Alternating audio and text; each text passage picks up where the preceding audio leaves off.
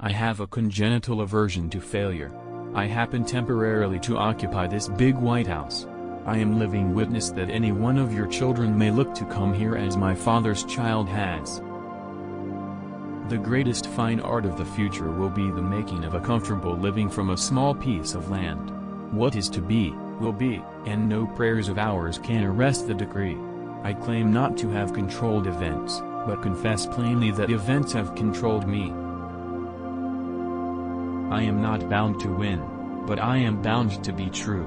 I am not bound to succeed, but I am bound to live by the light that I have. I must stand with anybody that stands right, and stand with him while he is right, and part with him when he goes wrong. And having thus chosen our course, without guile, and with pure purpose, let us renew our trust in God, and go forward without fear, and with manly hearts. Human nature will not change. In any future great national trial, compared with the men of this, we shall have as weak and as strong, as silly and as wise, as bad and as good.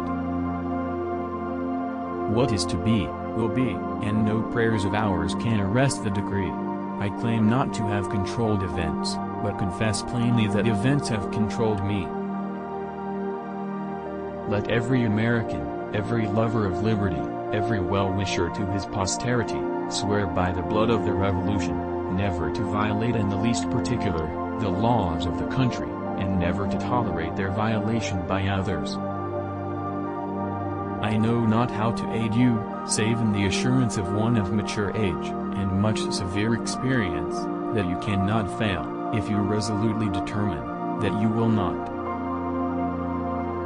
I have not permitted myself, gentlemen, to conclude that I am the best man in the country, but I am reminded, in this connection, of a story of an old Dutch farmer who remarked to a companion once that it was not best to swap horses while crossing streams.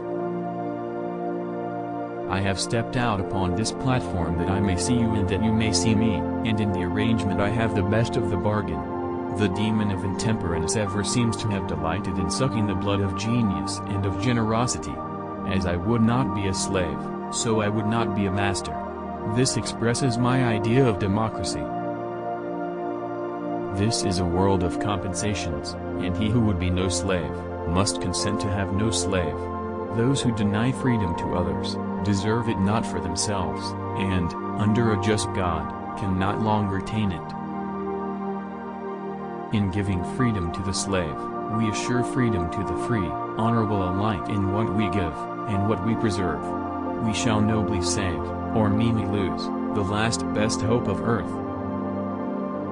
You think slavery is right and should be extended, while we think slavery is wrong and ought to be restricted. That I suppose is the rub. It certainly is the only substantial difference between us. The one victory we can ever call complete will be that one which proclaims that there is not one slave or one drunkard on the face of God's green earth. All I ask for the Negro is that if you do not like him, let him alone. If God gave him but little, that little let him enjoy. I leave you, hoping that the lamp of liberty will burn in your bosoms until there shall no longer be a doubt that all men are created free and equal.